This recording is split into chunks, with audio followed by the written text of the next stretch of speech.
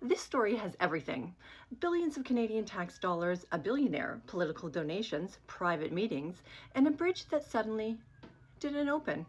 Let's talk about the Gordie Howe International Bridge, because in my opinion, what happened here deserves a lot more scrutiny than it's getting. First, we need to understand the original deal. Back in 2012, Canada and the state of Michigan signed an agreement to build a second publicly owned bridge between Windsor and Detroit. Michigan wasn't in a position to finance the project, so Canada agreed to pay for it, nearly $5 billion.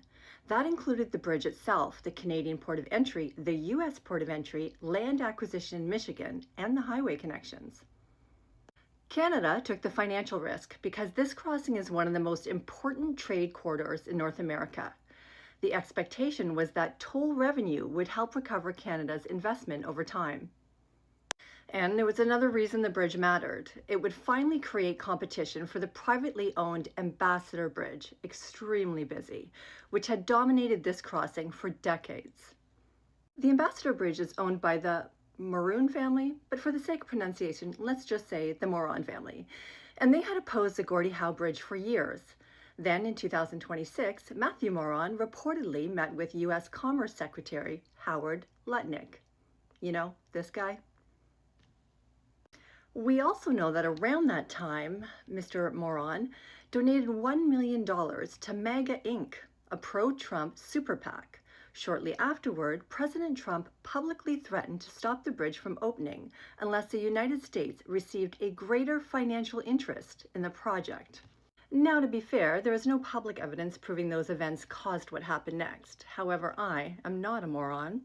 But here's where I start asking questions. A billionaire whose business stood to lose from this bridge gets access to senior officials. He makes a multi-million-dollar political donation. The president publicly attacks the project, and then the opening of a bridge that Canada had already built is delayed. Maybe that's a coincidence. Maybe it isn't.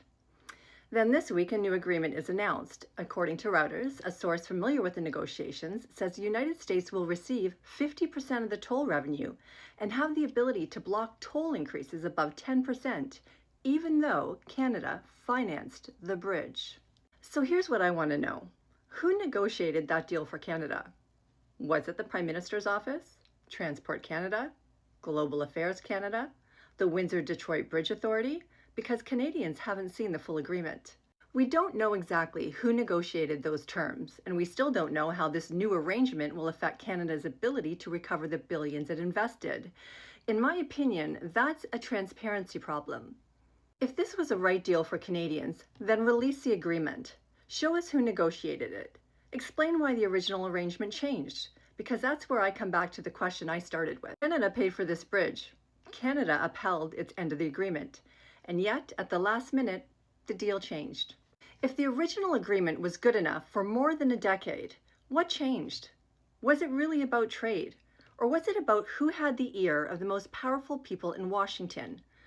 Canadians paid for that bridge. Canadians deserve to see the agreement. Deserve to know who negotiated it, why the original terms changed, and whether this was truly the best deal for Canada. Until that happens, I don't think asking tough questions is conspiracy. I think that's accountability.